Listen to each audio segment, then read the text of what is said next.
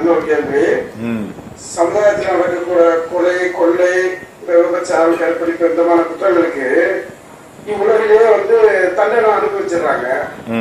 இது சம்பந்தமா மறு உலகிலே உங்களுக்கு தண்டனை கிடைக்குமா? ஓரின எச்சரிக்கை சம்பந்தமா உள்ளவங்களுக்கு என்ன தண்டனை? அதாவது ஒருத்தர் இந்த உலகத்திலே சில குற்றங்களை செய்து அந்த குற்றங்களுக்காக இந்த உலகத்திலே தண்டிக்கப்பட்டு விட்டார் என்று சொன்னால் அவருக்கு மறுமையில் அது மன்னிப்பு கிடைத்து விடுமா அப்படின்னு கேட்குறாங்க.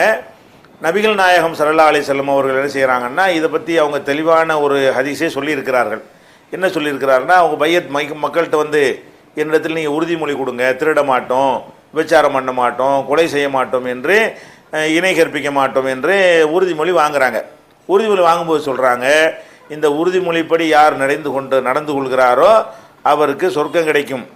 யார் இந்த உறுதிமொழியை மீறி ஏதாவது ஒரு தவறாக நடந்து கொண்டு அதற்குரிய தண்டனையை அவர் பெற்றுவிட்டார் அந்த உலகத்தில், இன்ஷா அஸபஹு வ இன்ஷா அஃபா அன்ஹு, அல்லாஹ் நாடுனா அவர்களை தண்டிப்பான், நாடுனா மன்னிப்பான்.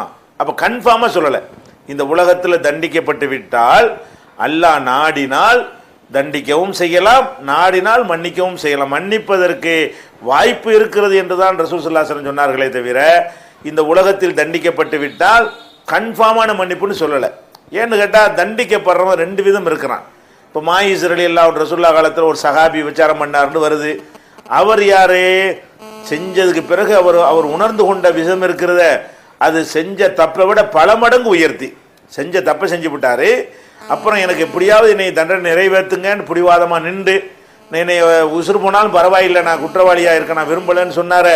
அந்த மாதிரி ரேஞ்சில் ஒருத்தர் செஞ்சுட்டு போனார்னு சொன்னால் கண்டிப்பாக அது மன்னிக்கப்படும்.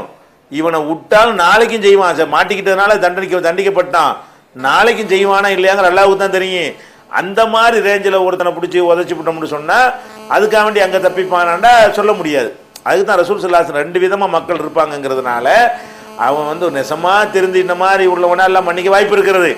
அப்படி இருக்குன்னா ரசூலுல்லாஹ் என்ன வார்த்தை போட்டாங்கன்னு கேட்டால், மேற்கண்ட குற்றங்களில் எதையாவது செய்து இந்த உலகத்தில் மாட்டிக்கொண்டானேயானால் அல்லாஹ் நாடினால் அவனை மன்னிப்பான், நாடினால் தண்டிப்பான் என்று சொன்ன அடிப்படையில் நம்ம கேரண்டியாக சொல்ல முடியாது. அத்தகையோர் மன்னிக்கப்படுவதற்கு என்ன இருக்கு? வாய்ப்பு இருக்கிறது. அல்லாஹ் நாடினால் மன்னிக்கலாம். அது அல்லாஹ்வுக்கும் அந்த அடியானுக்குள்ள ஒரு விஷயம். அப்படின்னு என்ன செய்யணும்? புரிந்து கொள்ள வேண்டும்.